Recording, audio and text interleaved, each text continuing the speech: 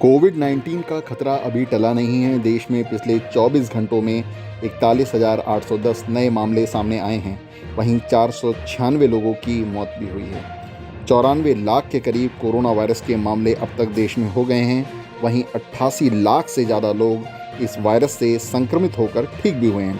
Covid का recovery rate Bharat में 93% से ज़्यादा हो गया है। देश में इस वायरस से 1,36,696 लोग जान गंवा चुके हैं।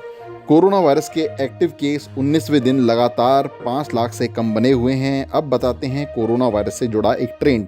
देश में कोरोना वायरस से जो मौत हो रही हैं उनमें 71% मौत 8 राज्यों में हो रही हैं। इनमें दिल्ली, महाराष्ट्र, पश्चिम बंगाल, हरियाणा, पंजाब, केरल, उत्तर प्रदेश और राजस्थान शामिल हैं।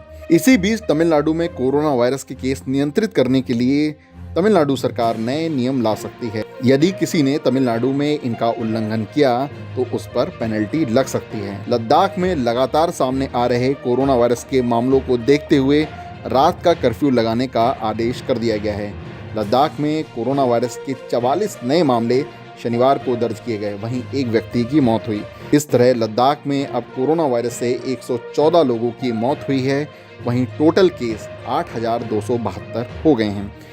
वहीं दिल्ली में कोरोना वायरस का खतरा कम नहीं हुआ है और दिल्ली सरकार ने गैर जरूरी चीज़ों से जुड़े लोगों को निर्देश दिया है कि वह लोग वर्क फ्रॉम होम मोड में काम करें। देखिए, जो क्लास 1 ऑफिसर्स को सबको आना है, उससे नीचे के जो ऑफिसर्स हैं उसमें 50% लोगों को ऑफिस आना है।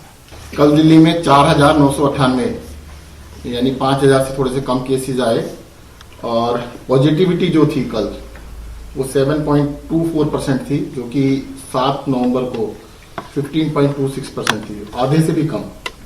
तो दिल्ली में जो पॉजिटिविटी है अब आधे से भी कम पे आ गई है और ये थोड़ा संतोष का विषय है कि इसका मतलब दिल्ली के अंदर इसका जो प्रकोप था कोविड का थोड़ा कम हो रहा है।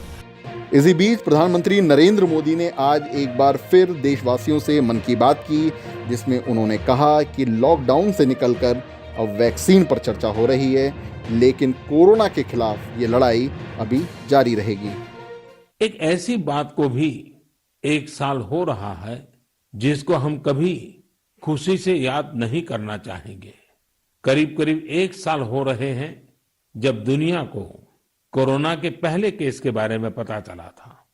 तब से लेकर अब तक पूरे विश्व ने अनेक उतार चढ़ाव देखे हैं। लॉकडाउन के दौर से बाहर निकलकर अब वैक्सीन पर चर्चा होने लगी है, लेकिन कोरोना को लेकर किसी भी तरह की लापरवाही अब भी बहुत घातक है। हमें कोरोना के खिलाफ अपनी लड़ाई को मजबूती से जारी रखना है। इससे ठीक एक दिन पहले प्रधानमंत्री नरेंद्र मोदी उन 3 जगह गए थे जहां कोरोना वायरस का वैक्सीन बन रहा है। इनमें जायडस कैडिला, भारत बायोटेक, ICMR का रिसर्च सेंटर शामिल थे। इसके अलावा पीएम मोदी सीरम इंस्टीट्यूट भी गए, जहां उनकी सीरम इंस्टीट्यूट ऑफ इंडिया के CEO अदर पूनावाला से वैक्सीन को लेकर लंबी चर्चा हुई। सीरम इंस्टीट्यूट दुनिया का सबसे बड़ा वैक्सीन का निर्माता है, जो वैक्सीन बनाने में एस्ट्राजेनेका और नोवावैक्स के साथ पार्टनर है। वैसे देश में इस समय 5 वैक्सीन कैंडिडेट का ट्रायल चल रहा है।